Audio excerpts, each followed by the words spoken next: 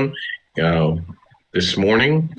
We are coming here live at the Creative Bird Strategies podcast and house here on Clubhouse, providing you education, networking, and strategy. Just getting myself set up a little bit here real quick, and we'll get rocking and rolling. Let's see here. And we'll going to be discussing the property management, the new deal or the deal killer. So let's get rocking and rolling here and invite some peeps in and get our moderators going. And we'll get rolling here in just a minute. Hold on one second. Hold on a second here. Trying to invite people in. There you go. Very, very busy week. I was just talking to Yordell from Percatech, one of our main sponsors here. You know, like the week just kind of flew by, and it felt like it was like 2 weeks instead of 1 week. It was like a very compact week leading up to the almighty storm we're having here. So we're just going to invite some people in to Clubhouse and get moving here in just a few minutes on our discussion, our update to the market. I always want to thank Mr. Yordell Perkins, our co-founder and co-host. Very excited. We celebrated our 10,000th download of our podcast. So we're cranking it out. 2 years, 150 episodes plus. We're really providing, I hope, some really good information for people and good educational content. And I think, we're going to keep it moving, with different subject matter. We might switch things around. We are on 300 groups in Facebook live at the same time while we're telecasting this, which is kind of interesting. Then we are going to look at potentially doing it live on LinkedIn versus Facebook to see if it does anything. But I thought about this last year. We're at 2 years with the podcast. We have a website with all the episodes loaded up to it. We have events. We teach white label underwriting courses for real estate professionals. We now have a newsletter. So I don't know if we're all connected on LinkedIn, but we're all on a newsletter, which is kind of cool. And we put out articles almost every single day, and the following's now to like 4,000 or 5,000 people, which is kind of amazing. So if you're not connected with me on LinkedIn, we put a lot of the content that we provide through this podcast. It helps to stimulate me putting together newsletters. I've actually now been asked to provide the newsletters to other real estate investor groups that are looking for content as well. So it's pretty cool how this podcast has kind of like stimulated relationships and brought up really good connections. It's not all about just the podcast itself. It's about the people you meet and the knowledge base of information.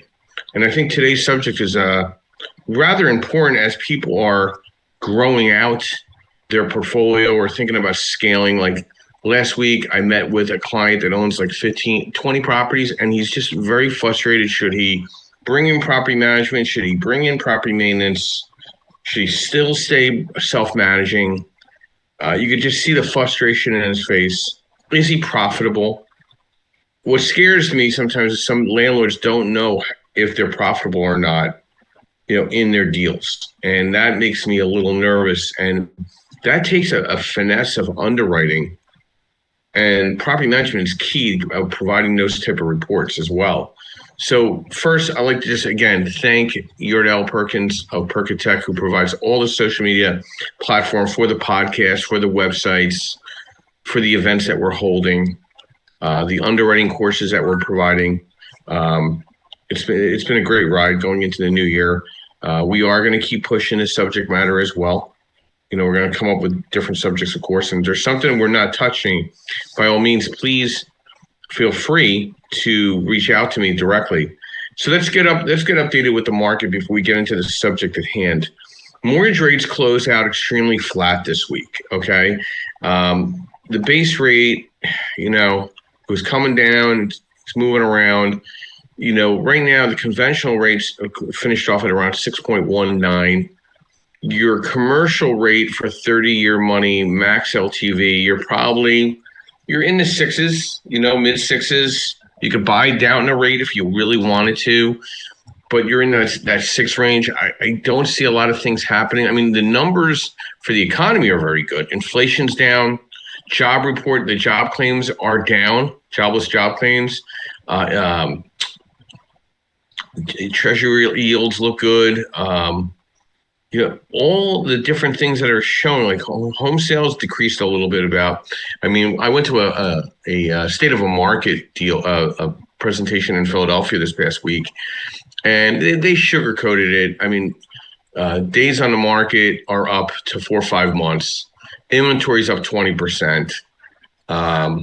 It's definitely evolving. We're definitely they didn't want to really outright say it. We're in a buyer's market. We're an investor's market. But people are holding tough with their listings.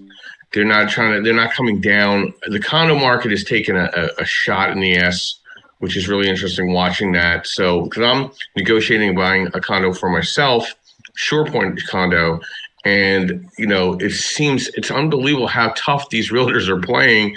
This listing's been on the market 200 days, and they're making it like it's just fresh off on the market. So very interesting.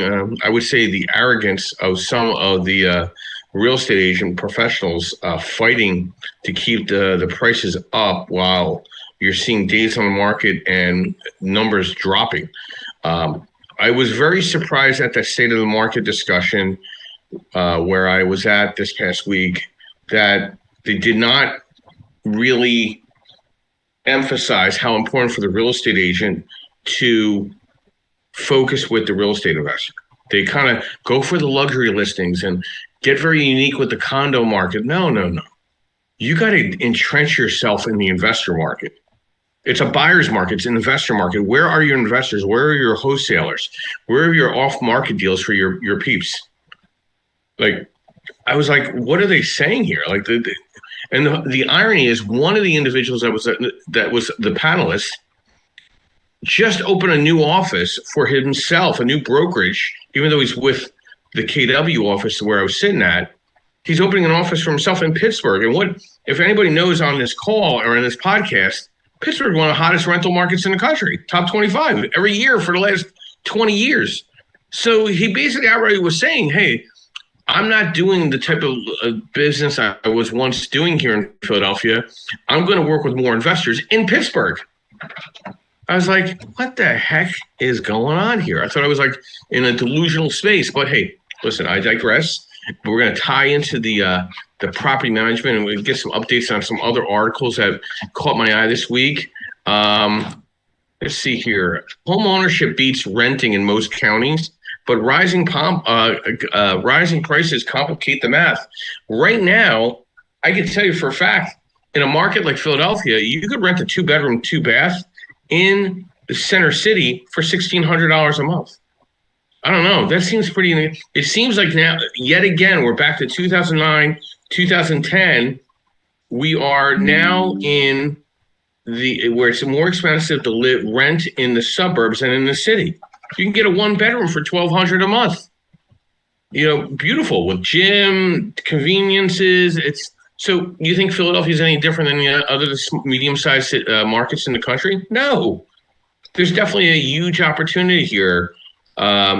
As we're kind of dipping down and we're going to start seeing some values leveling off. We are seeing them already. That was an interesting article caught my eye. Next article that caught my eye was office space conversions on the rise in effort to expand housing. But how much housing can we provide if all these offices are now apartments? And where's the offices going to sit? Where are people going to work? I'd be a little concerned about the gluttony of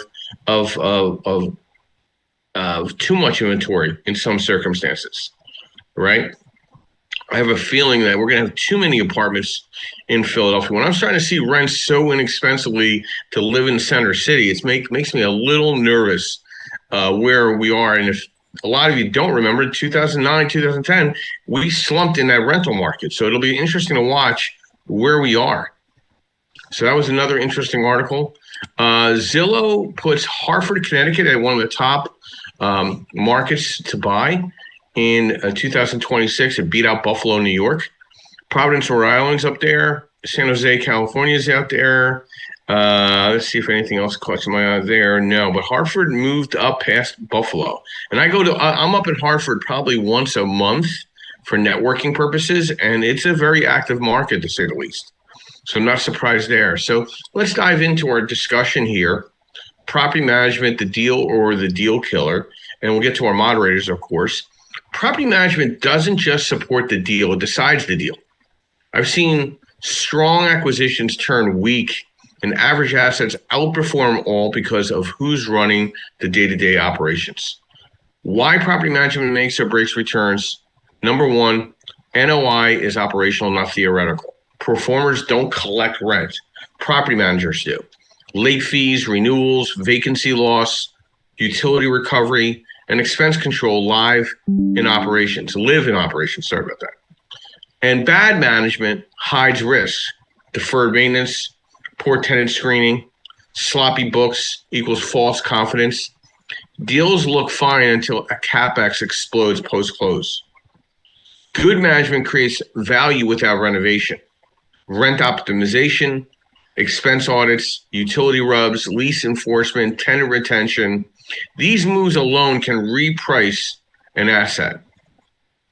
Lenders underrate the manager, not just the borrower. I'm always looking up the property managers who are managing these properties.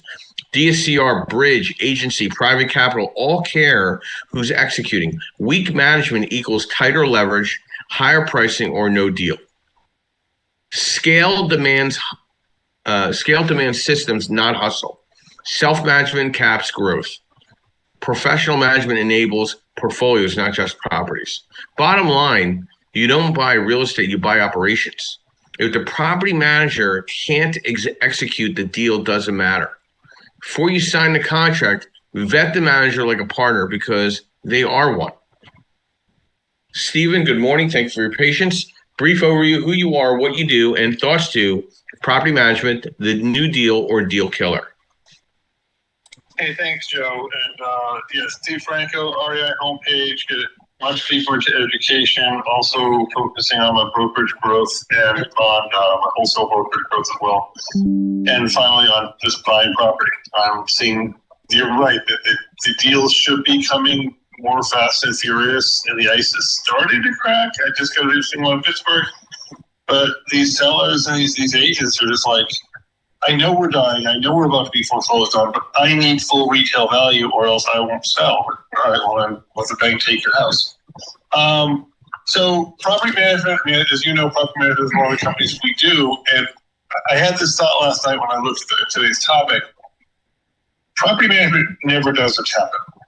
You may manage it yourself. You may hire someone else to manage it. But property management as a situation never goes away. And so I have from day one, I read this book, 15 years ago, and we always bill for management, even when we didn't have a management company, even we self-managed, because it's another job. Your profit should be your profit. And the service of property management, whether you do it or somebody else does it, should be paid for. Now, it is a huge decision when you go from, like we did for years, I'm doing everything. I'm managing them, I'm fixing them, I'm doing everything, to, outsourcing. And if you don't, we'll kill you. Our first two property managers took our operation from 98% occupied, 98% paying to 45 in each category because we were too busy preparing for a baby to be watching the ship. You got to watch your ship. You got to pick your managers correctly. But reality is you're paying for property management anyway. It's either coming out of your profit line item because you're wasting your time, or it's coming out of a separate line item. So it needs to be done. And the last thought on that is make sure your property manager has systems and backup systems for everything. We have Vendaroo handling the primary maintenance booking. But then, of course, there is the fallback to us.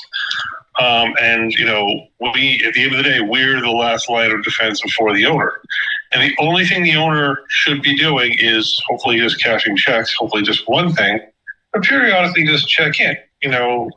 Go onto your portal, look at what Vendaroo is doing, look at what your income expenses are doing, look at all the information, and make sure your property manager is not drifting. Make sure they're not ignoring repairs. They're not churning extra repairs. You don't have to be a rocket scientist, just glance it over. But I think, just to go back to it, I think a professional property manager team frees you up. The last thing is my lesson to everyone is the suck zone starts around 5 units and goes to about 20. And that's when, if you're doing it yourself, trying to keep a real job, you're going to hate your life because that's just too much. Once you get to 20, you might be able to quit your job and maybe you're do it yourself. But in that suck zone is where you're going to really wonder, do I go to a property manager and scale, or do I stay where I'm at and eventually pry my way in and sell my properties? That's at least been what I've been seeing in my market.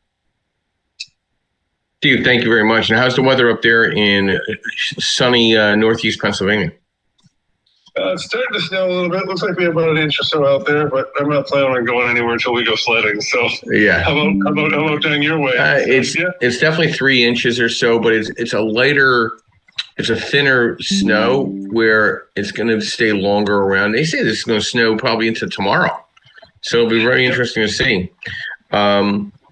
So stay careful, stay warm, and thank you for your insight this morning. It's funny. My real estate licenses in Pennsylvania are held at a property management company. Their geographic footprint has increased to like 14 different markets now, like within the last 12 to 14 months. So there's obviously a need for property management for either in-state, meaning more local landlord, or out-of-state landlord. And from what Steve was saying, like, owning rental property is never just about acquisition price or interest rate. Execution happens after closing. And property management looks very different depending on whether you're local or managing from afar.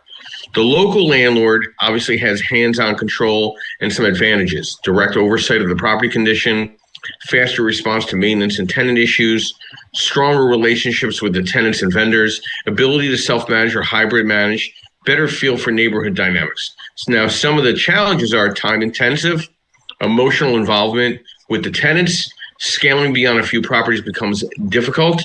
Less average if you're the bottleneck. Best fit for new investors, small portfolio, value add, heavy rehab properties, and investor prioritizing control over scale. Now, the out-of-state landlord, systems over presence. The advantages are geographic diversification, ability to invest where numbers work, not where you live, easier portfolio scaling, reduced emotional decision-making, time leverage through proper professional management. Some of the challenges, of course, are heavy reliance on third-party property management, less immediate visibility into issues, higher importance on reporting, inspections, and controls. Poor management equals silent cash flow erosion. Best fit with out-of-state landlords, with property management, DSCR and cash flow investors, portfolio and multifamily market operators, buy and hold, stabilize assets, investors focused on scale and efficiency. The real difference isn't distance, it's infrastructure. Out-of-state investing only works if you have strong property management vetting, clear reporting standards, scheduled inspections, not reactive ones, vendor controls and approval thresholds, reserves for repairs and CapEx, written communication protocols. Local landlords rely on presence. Out-of-state landlords rely on process. Melissa, good morning. Welcome. Brief overview who you are, what you do, and thoughts to property management, the new deal or the deal killer. Good morning, Joe. Good morning, Clubhouse. I am Melissa King, the founder of Busy Bee Virtual Solutions. I'm located in the Mitten. You guys are getting a lot more snow than we are. I'm a little bit further north this time. But last week, my husband and I actually drove through a couple of snowstorms to Grand Rapids, Michigan, because he was presenting at the DeVos Center. So, you're starting a new business, you got to do what you got to do, right? As for property management, this is a really great topic today. Property management doesn't kill your deals. It's the unmanaged information behind it. And that's where a good bookkeeping pro like my company, Busy Bee Virtual Solutions, can help a real estate investor or real estate savvy. I have a client who has 60 doors mostly single family homes here in Muskegon, Grand Rapids, West Michigan area. She does use a property management company, and I take the information from the owner statements, input that into QuickBooks, and provide her deliverables every month so that she can keep track of her numbers. Because we know it is very important to keep track of those numbers. Property management isn't the villain or the hero, it's a force multiplier. Good systems equal deal accelerator, bad systems, deal assassin. And we should all know today, investing requires tighter operations than 5 years ago. Everything's tighter than 5 years ago, right, Joe? And last but not least, I want to land on this one because I have seen it. Several of my clients have moved from property manager to property manager. So make sure you are managing those property managers. You can do it yourself, or you can do it with the help of a bookkeeper. Just make sure they have good systems. Interview them first, especially if you're going to do out of state. I cannot stress that enough. And that's what I'm going to land on, Joe. Thank you. Thanks, Melissa. I'm still traumatized when I was at Grand Rapids when it was a frozen tundra for that event a couple of years ago. I'm still emotionally I think I have PTSD from how cold that place was. Well, I will tell you, I'm still friends with some people in the Denver market, and she said we're getting more snow here in Michigan than they are in Denver. So yeah, that's interesting. Denver was cold when I was out there. Woof, woof, woof. It goes right through your skin, right through your bones, man. It was. Well, it's wearing layers. Yeah. That's what we get used to in the cold weather. You wear layers and just rip it off when you get hot, right? Yep, I got it. Yep. Well, thank you for your insight this morning. I always appreciate it. Thank you, Bill. So some top U.S. markets that really I see in 26 have, really looking into heavy property management. And these are good markets. I think they're markets you want to consider when you're looking as an out-of-state investor. I like Naples, Florida. I like Fayetteville, Springdale, Rogers, Arkansas. I like Cape Coral, Florida. I like Trenton, the surrounding area of Trenton, New Jersey. Not Trent itself. It's a tough place to manage. Youngstown, Ohio, really high gross rental yields, really incentivizing investors and property managers. Flint, Michigan, Gary, Indiana, Brownsburg, Indiana, Fairport, New York, that whole upper area, Rochester, Syracuse, Binghamton, a lot of opportunity up there. Certain areas of Texas are still pretty good, like Cedar Park and Pflugerville. Birmingham, Alabama is definitely a great, strong cash flow rental market and a classic choice for out-of-state investors. Why these markets matter for property managers? Strong rent growth, tight vacancy, typically require more hands-on property management, from efficient turnover to rent adjustment and maintenance coordination. Many of these markets are affordable, growing, high yield, and smaller metros or towns. How to evaluate a small property management market where you can get a little more bang for your buck with the management company when determining which markets to target for property management growth. Consider rent growth trends. Areas with rents rising faster than wages typically need more professional oversight. Population job growth, inbound migration fuels long-term rental demand. Housing affordability, lower cost markets with solid rent demand attract investors relying on property management services. And the investor activity. Areas with high investor ownership often outsource management. The opposite is happening in Philadelphia, where people are moving out. And there's just so many rentals hitting the market that it's just a flooding of them. So like rents are dropping. Days on the market for selling houses are up. Inventory is up. But for whatever bizarre reason, people are in very deep denial of a market like Philadelphia. And there's a lot of other markets just like that. But the suburbs, man, you can't find anything in the suburbs. Like great opportunities. If you find something, it's like you better jump on it. It will be gone. So very interesting. And there's some other markets like where some of the moderators are. The surrounding areas of the major city is doing better than the city itself. Felix, good morning. Thank you for your patience. Brief overview who you are, what you do, and thoughts to our discussion. Property management, the new deal or deal killer. Grand Rising, Joe. Grand Rising, everybody. Felix Buchanan Sr., the Jalix Group, Buchanan Biz Enterprises, team leader of Keller Williams Legacy Team in Baltimore. I was a real estate agent as of 2005. I started doing property management in 2006. I did more of it probably when I was in the beginning of my real estate career, more so than I do it now. It's definitely a case-by-case basis. It definitely has to be the ideal client. However, everything that everyone said, right on target. Your bookkeeping has to be in order. You have to have really good systems, processes, screening the tenants,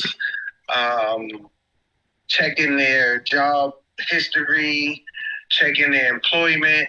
You have to be really good at that. You have to make sure that you stand on that because depending on what type of tenants that you have, I've dealt with voucher holders, market tenants. I've dealt with traveling nurses now. It's transitional homes. So each category is different. You have to understand what platform you're looking to do property management on. Your vendors is very important. Definitely have the proper people that are there and able to fix whatever issues in which that you come across.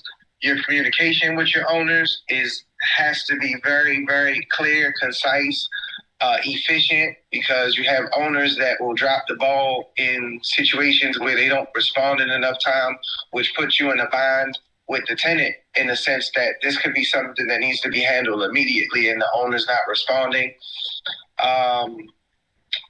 Cleanup, it's snowing, making sure that you're able to have someone out there to clean up the snow because that's a hazard to the tenant.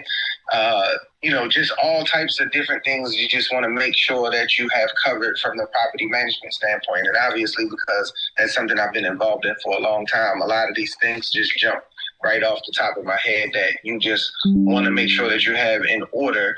You want to make sure that you screen these property management companies thoroughly. It's very necessary. It's always been necessary. Just like Stephen said in the beginning, either you're going to property manage it yourself or you're going to pay the money for it to be done. So that's my knowledge and wisdom for today. And back to you, Joe. Felix, are you doing property maintenance now, or are you involved with any type of maintenance and management? I do, because I have a lot of owners in which that I deal with that even if I'm not managing the property, they'll still call me for the things that need to be done in the properties. Mm-hmm. Are you charging a fee for maintenance? How are you handling that?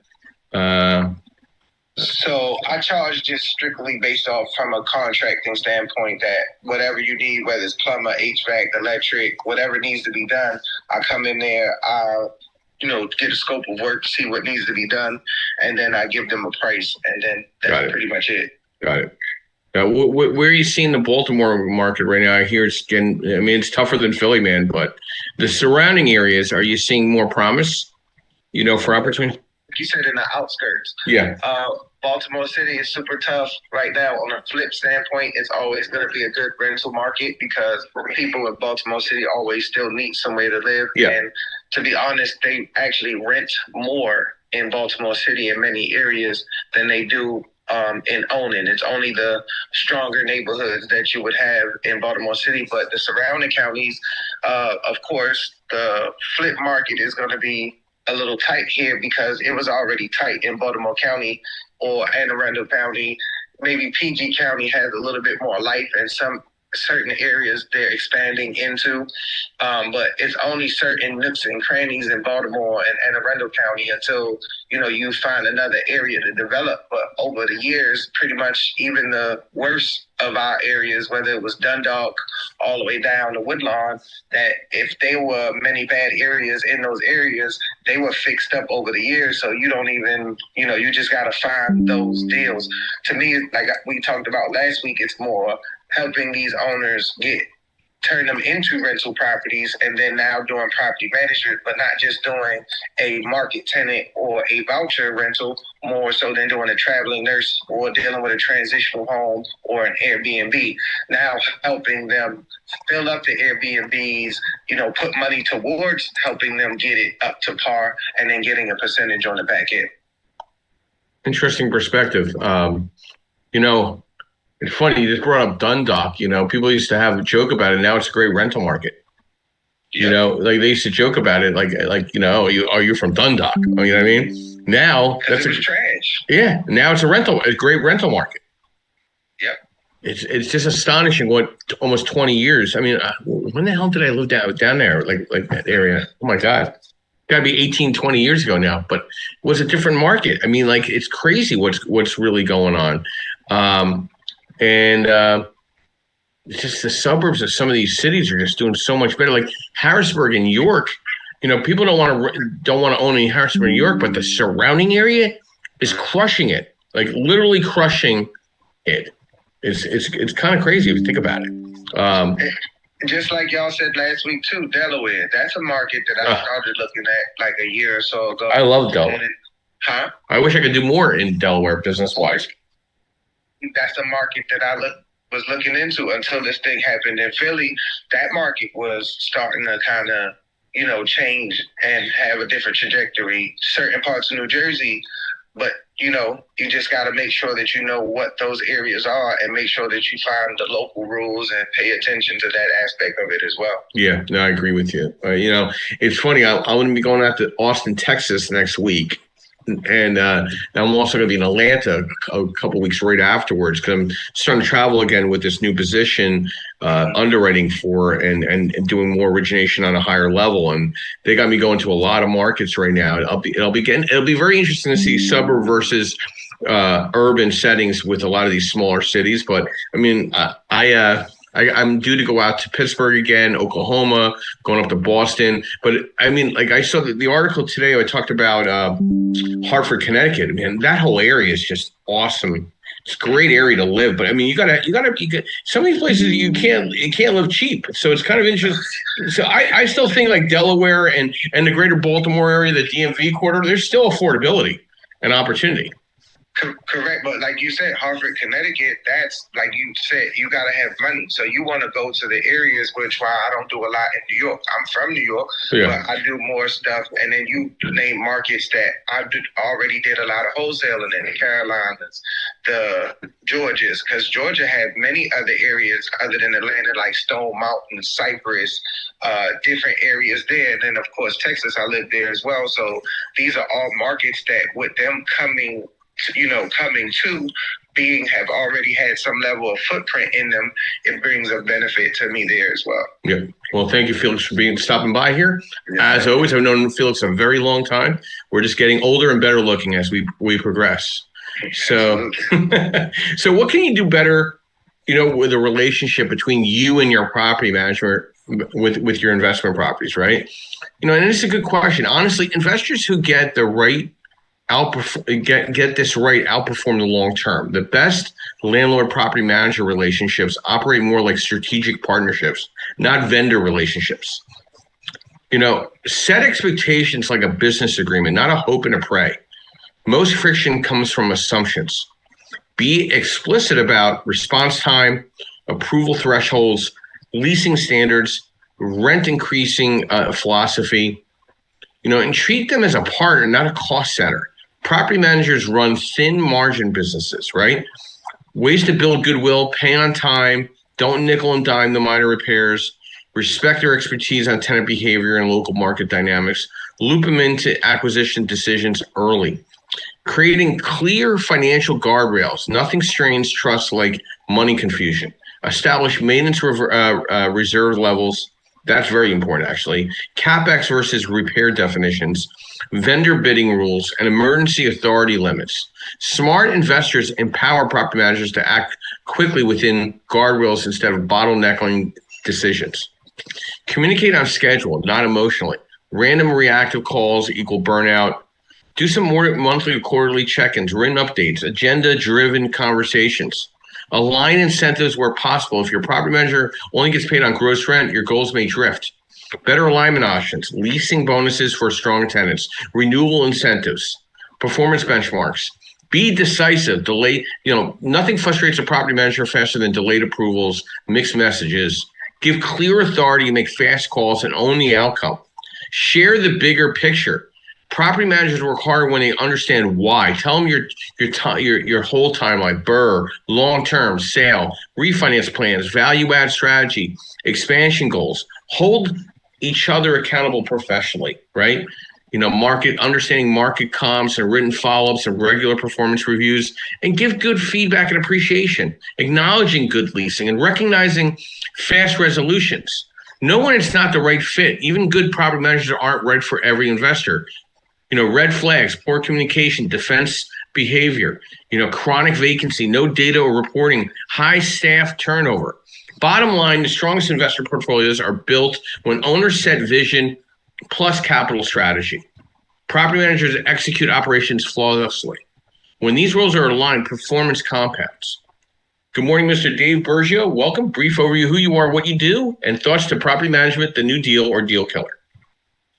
Yeah, good morning, Joe. Good morning, everybody. Happy to be here. Hope some of y'all aren't as snowed in as bad as we are. But my name is Dave Burgio. I'm one of the owners and founders of Trifecta Credit Solutions here in Allentown, Pennsylvania, where we help people and businesses and investors go from credit to capital, get credit right, get capital right, get out of debt. I think that's going to be the big thing with 2026, helping people restructure that. But yeah, man, talking about property management here, I look at it, from a business and an operational standpoint. And I think and I'm not going to say the people on this call, obviously, but a lot of people, especially with a lot of people coming into our ecosystem, Joe, they don't treat it as a business. All right, they look at it as, I'm going to be an investor. I'm going to do this. This is going to be a hobby. And it's my first thing always to them is, listen, man, this is a business, okay? You're going to have these pieces together. You're going to need to manage it.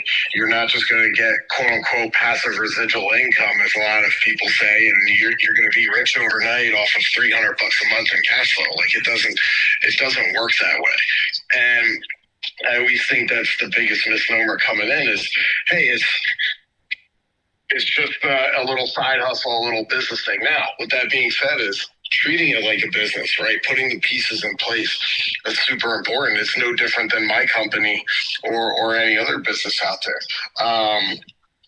I read Atomic Habits recently, and one of the best quotes that James Clear has in that book, I've read it a couple times now, and it always sticks out, and it applies to anything. And it's been said by a bunch of you guys already here, talking about systems. It's, you do not rise to the level of your goals. You fail to the level of your systems.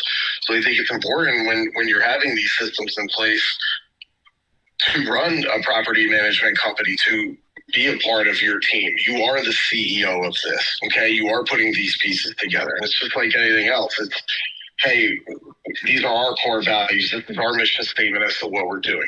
What are your core values? What are your mission statement? Do you buy into what we're doing here? Because yes, you are essentially the middleman between us and the building and tenants, okay? We have to vibe on that same page. Very important. And I'll leave you with the last thing, and it goes back to the owner side. I'm not going to hammer this too hard because you guys all have some great talking points on it. But as running a business or an operation, one of my mentors taught me the most important thing, you have to do it very frequently, is you got to inspect what you expect. Okay, so you can't take your eye off the ball. Joe, you said an interesting stat earlier. One of you guys did. Might have been Steven, I don't remember, but you said you had 98% occupancy and then down to 45. And then it goes down to, okay, well, you learn from that, obviously, but you inspect what you expect. And look, we get it. Things happen in life, right? I'm not going to sit here and say I'm perfect, right? Because there's sometimes where you let things slip through the cracks. And it's okay, now we got to look at this. What's the pivot? What do we do from here? Do we have this conversation? Hey, what was core value? Did we drop the ball on here? What do we... this happen or that happen? Or do you just get rid of them completely, put them in the next system, and then run the play over and over again? Yeah. Yeah, man. Guys, that's all I got. Appreciate y'all. Thank you very much. Joe, back to you, my man. Thank you, Dave. Dave, I'll be sending you a very nice big database very soon. I'll give you a call this afternoon about it. So I'll make sure I send it. It's like I finally put it together. That's one thing. So, Dave and I collaborate and co-host an event every month in Lehigh Valley, second Wednesday. It's really taken shape since the holiday party, even more so. We had like 120 people at our holiday party in Easton, and now the event, the second Wednesday is now really taking shape of some really good content. I mean, Dave, just give some insight to that real quick? And then I know rumor has it we might be having a cigar event with a former boxing champion, I heard. Yeah, I mean, that second Wednesday of every month event, it's creating a buzz. It's creating a kind of new investor base. The good thing with some of this new investor base, too, is a lot of them have cash or assets already ready to go. And it's just a lot of people that are eager to learn. But I think the cool thing about it is the community that's starting to be created out of it, it's going to cross over into a lot of different other businesses just besides real estate. Yeah. You know, so there's a lot of unique verticals, within that. And Joe, you touched on the Lehigh Valley earlier. As to where it's going to go, and there's some interesting statistics about properties sitting on the market a long time. But I love that Wednesday event, man. It's been awesome. I think there's some things that we could do to make it grow even better, and I'll talk to you more about that as well. But yeah, this other event that's coming up that we're working on, particularly in my home, Easton, Pennsylvania. Those of you that are sports fans, sure some of you have heard of the Easton Assassins before. Larry Holmes, his son Larry Jr., a good friend of mine for over 30 years, opened a amazing cigar lounge here in downtown Easton. Downtown Easton, for those of you that don't know, it's pretty much a spot now for very high-end stuff, high-end restaurants, high-end meeting spots. Pomfret Club's still here. Now you have Legend Cigar Bar, which is there, and it's a really good spot that we're looking to hold a cigar night, cigar lounge, bar. The more we have details on it, we'll definitely let you guys know. A little change of pace from just meeting up at spots. Cigars, a little biased opinion of me, but cigars are always where the magic happens. Oh, absolutely. I was down in Atlantic City with Yardell yesterday and grabbed a cigar with the Cigar Whisperer, Kobe, and we had a great time. Great cigar, and learned and found out when you're there. We were talking real estate and I was finding all kinds of information out. So it was kind of interesting. So hanging out at a cigar bar, you're usually hanging out with some serious business professionals. It's a fact. People are extremely engaged at cigar lounges. Right, Dave? To touch on that too, when we had our unfortunate event last week, we had a funeral of a close friend here, but it brought a bunch of us together. Half of those people that are down there that I grew up with, some of them do know you, Joe. Some of them see the event we're doing. Some of them are in real estate, are investors. They're actually looking forward to coming to our Wednesday event.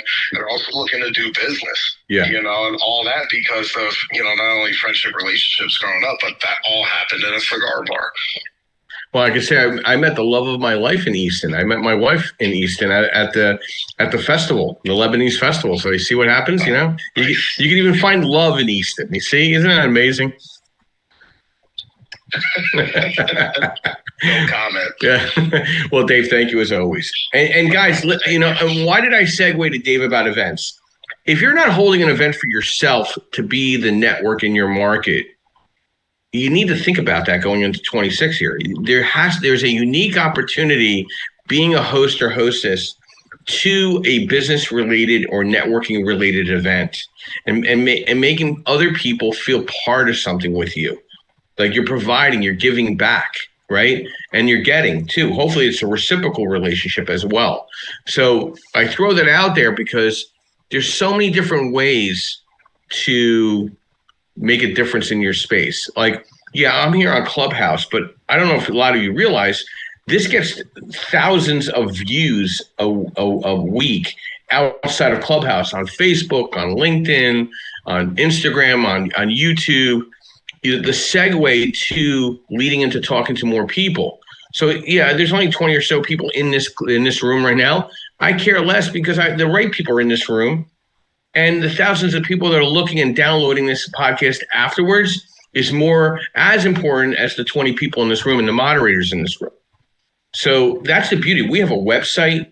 We have a newsletter. We have monthly events. We have educational events as well. That's what we're providing here. And this subject today ties key into people you want to surround yourself with, which is property management.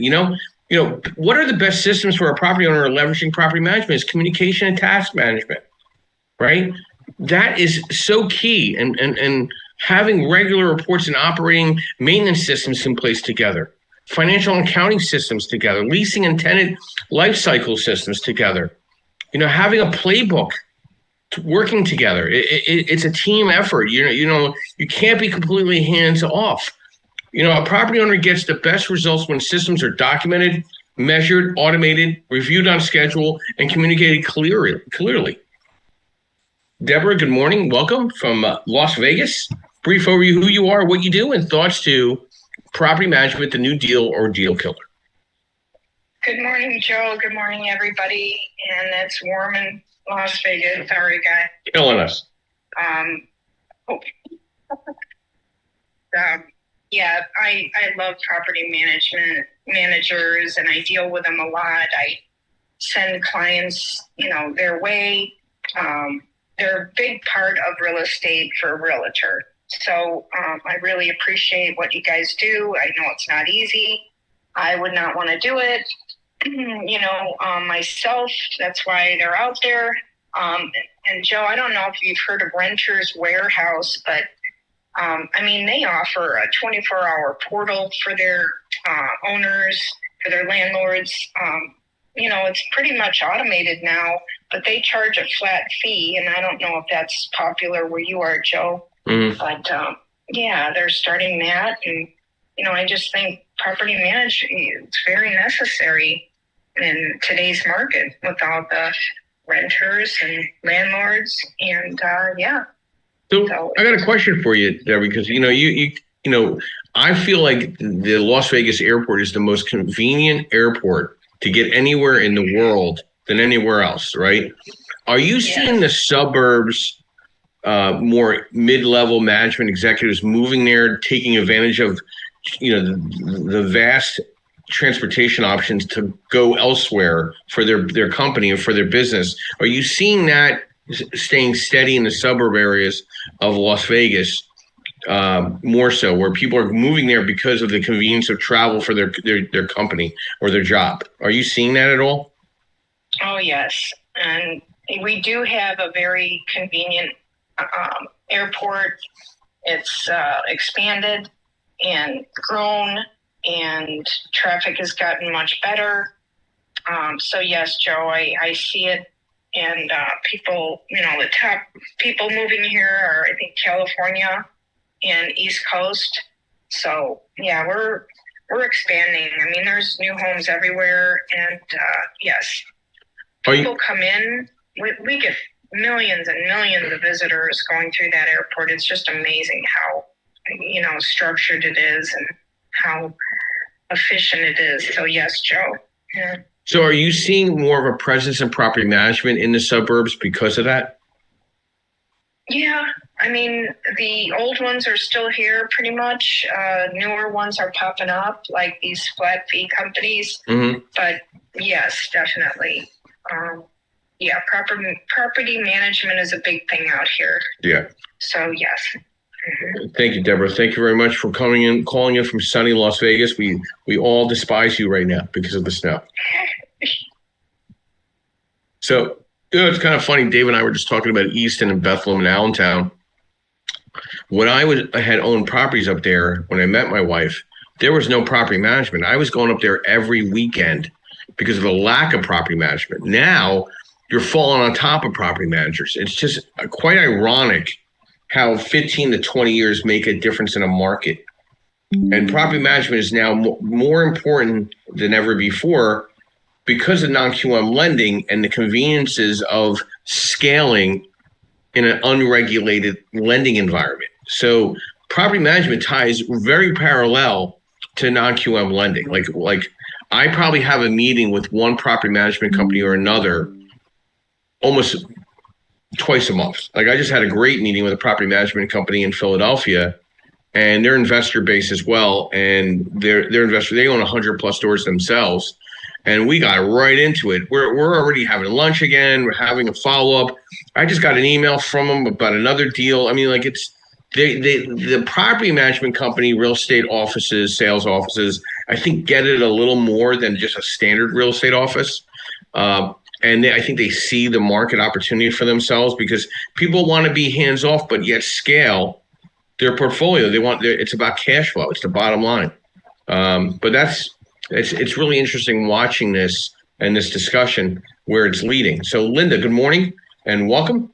Been a minute. Brief overview who you are, what you do, and thoughts to property management, the new deal or deal killer. Morning, Joseph. I hope everyone's doing great. Good morning, investors. My name is Linda Pliagas, and I'm the owner of Realty411.com. We're a news and information website. We cater to real estate investors and the real estate professionals that assist them. And we publish magazines, host webinars and events, all in an effort to help investors in their journey. Now, in regards to property managers, definitely good property management will either make or break your deal without a doubt. And I'm so glad that you're covering property management on this show because it's so important for investors. It's extremely important to choose an honest and qualified professional. And I recommend that you start by interviewing property managers even before you acquire your rental property in that area. That's how important it is. I also recommend doing business with, with people that refer property managers to you. If there's certain property managers that have a lot of get referred a lot, you definitely want to interview them. I also recommend you purchase in a large enough area where numerous property managers exist. Joseph mentioned that he had to travel a lot because there were no property managers in that area when he started. That can be a big problem. So you definitely want to try and invest in areas that are large enough and that have multiple property managers in that market. That way you can interview several managers all at once. Pick your favorite one and also choose a backup manager just in case. I made the mistake of purchasing a rental once in Texas in a small area, and they didn't have a lot of property managers. And I really suffered because of that decision. I had to really be more hands-on than I wanted to be because I wasn't that happy. That's why I just thoroughly recommend you buy in a large enough area where they do have multiple property managers that you can work with. Now, communication is very important. I would recommend that you coordinate and share some special instructions with your property manager, or maybe have a cap on what they can spend on your property without your permission and prior authorization. That way there's no surprises at the end of the month. These are just some tips I have.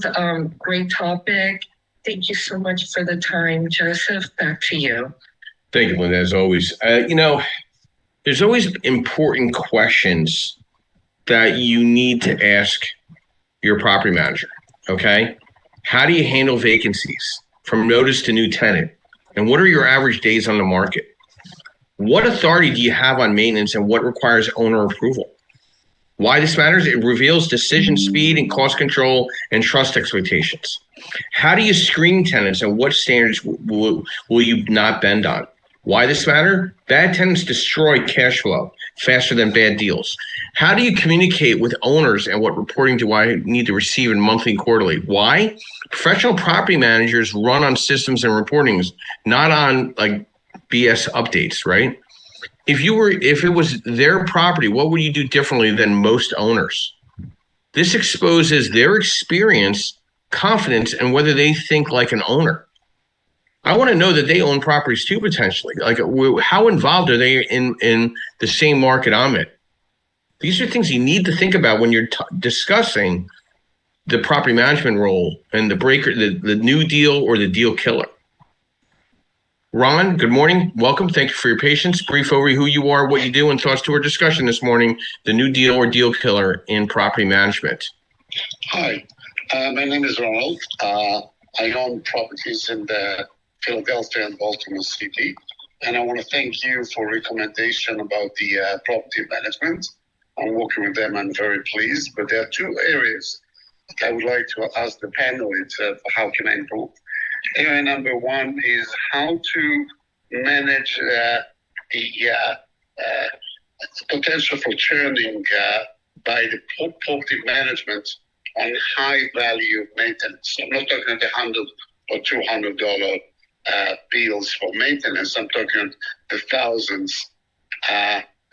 In these cases, I had to provide them with the counter proposal so they can encourage their vendor to reduce the bill. So I'm looking for more ideas from the panelists of how can I prevent churning. And the second question is about rent increase. How can I incentivize the property management with annual rent increase initiated by them, so they know the market a lot better than me, and they can advise whether it's a 5% increase recommended or whatever percentage. And I prefer that it will be initiated by them, not by me, calling them annually and requesting increase. Thank you. I yield. Ron, thank you. You're kind of in a tough spot with Philadelphia because you're seeing a slumping in the market in rentals. Days on the market on rentals are up. Getting a qualified tenant in, whether from a affordability voucher from a Section 8 or some type of other, affordable housing, is going to be very interesting the rest of this year because the housing authority is now in the property management business as well as property management ownership.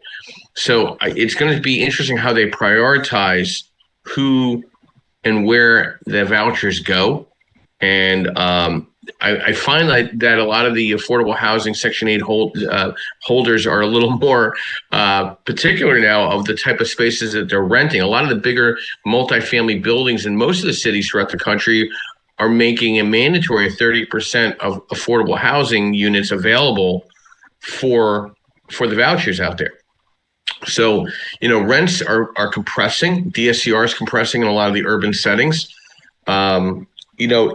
Incentivizing somebody with the property management perspective is one, like, what is the game plan for your property? Like, how long are you staying in that space? Is it a long-term hold? How are you renovating these properties, especially in the turnover? I'm not a big fan of allowing the property management to do the maintenance turnover of a unit. I like to have an independent group to do the work. One, it gives me a better perspective on the property while turning over to the next tenant.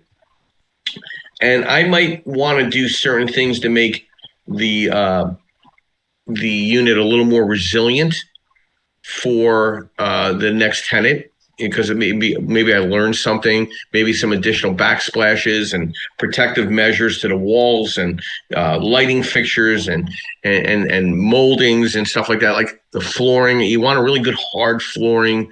So the management company is typically not always the best one to go to do the turnover maintenance to the next tenant. So communicating between maybe your independent maintenance group and the management company might be better, especially in Philadelphia. But right now, if you're looking at the numbers, days on the market for rentals are up 3 to 4 months in a market like Philadelphia. I'd be very concerned about getting the right tenant in. Not saying that you have to be super picky, but you got to be super smart on who you're putting in that unit. And your Section 8 is almost near equivalent to market in probably half or more of the neighborhoods in Philadelphia. So you're kind of in an interesting spot right now. You're technically in 2009, 2010 in Philadelphia right now. So I don't know how far back you go in cycles, economic cycles of Philadelphia, but this is definitely post, not mortgage collapse, but mortgage reset with inventory and days on the market. And I don't think Philadelphia is any different than a lot of other markets. Days on the market is up everywhere. Okay. I think, you got to just be a savvier investor and great communication skills in maintaining your properties and being smart and not being not pointing fingers, because so a lot of people are listening in today, they're real estate investors, right? And there's the real estate professional, and everybody has vast opinion differences. I personally think, that property management is not going away. It's only going to increase because I think people want to scale. They have to look at the cash flow. You got to look at your net profitability per month. You got to include property management fee at least tanked up by a really bad tenant.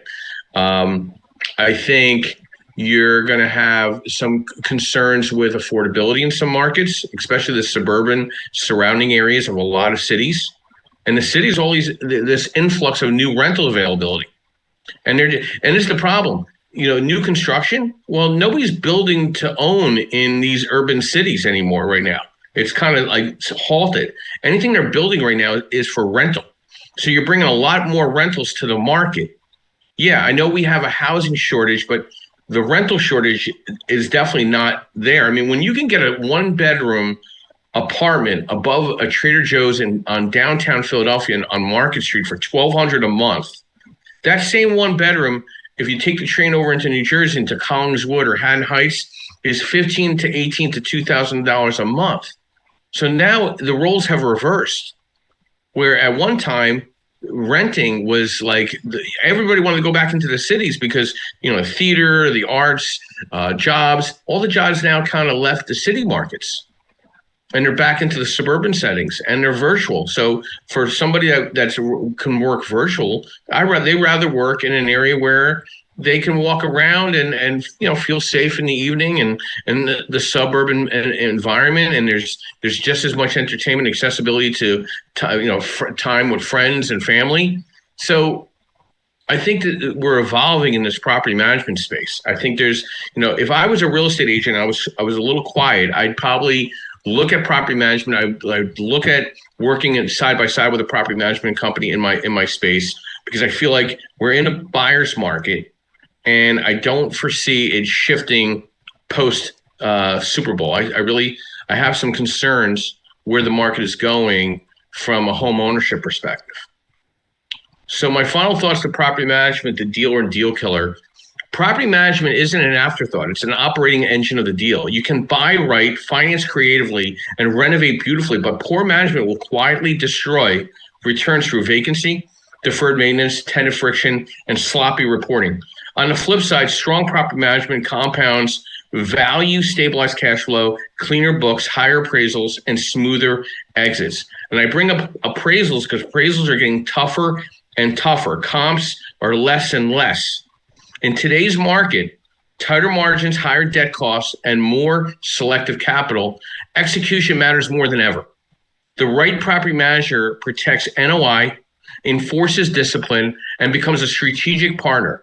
The wrong one turns a solid acquisition into a constant fire drill. Bottom line, property management doesn't just run the deal, it decides the deal. Investors who scale don't just underwrite properties, they underwrite operators. I want to thank everyone for their engagement today. The moderators were fantastic, bringing some great insight. We're here every Saturday morning. every Sunday morning, providing education, networking opportunities. We're now offering an opportunity to collaborate on an underwriting course nationwide. We're now going into our 3rd month doing it. It's a 9-to-3 course on Saturdays. I come in, we have a whole discussion on underwriting, how to pencil the deal down from the beginning to the end, whether it's single family to 4-family, 5+ units, fixed to rent, fixed to flip, new construction. We dive into it. If you'd like to collaborate on a white label course whether you want to be a broker, capital partner, you want to be a referral partner in the investment space, or you want to be direct to investor, this class is there's no other group on this app offering this. There's no other group on this app that has their own website with 150 episodes of our podcast. There's not another group in this clubhouse that has 10,000 plus downloads of our different updates. Okay, we have a newsletter on LinkedIn. with all the follow-up articles of all our discussions. Please be part of it. Please take part of it. If we can interview you and help expand your market, we now offer podcast opportunities as well. We can put an interview together. Love to have those opportunities as well. My quote this morning, being attacked is proof you're important enough to be a target. Life isn't meant to be easy. It's meant to test you. Obstacles aren't punishments. They're invitations. Relish the pressure. Pressure is a privilege. I want to thank all our moderators. I want to thank Yardell Perkins of Perkatech providing all this insight on our podcast every Sunday morning, 9 a.m. Have a fantastic week. Stay warm. Enjoy the snow if it's coming down. If it's a beautiful weather, enjoy the day. And we'll see you next Sunday, 9 a.m. Eastern Standard Time. Have a great day and be well. And I'm ending the room in the next 30 seconds. Thank you, Joseph. Thank you all. Be great. Thanks, everybody. Have a great week. Thank you.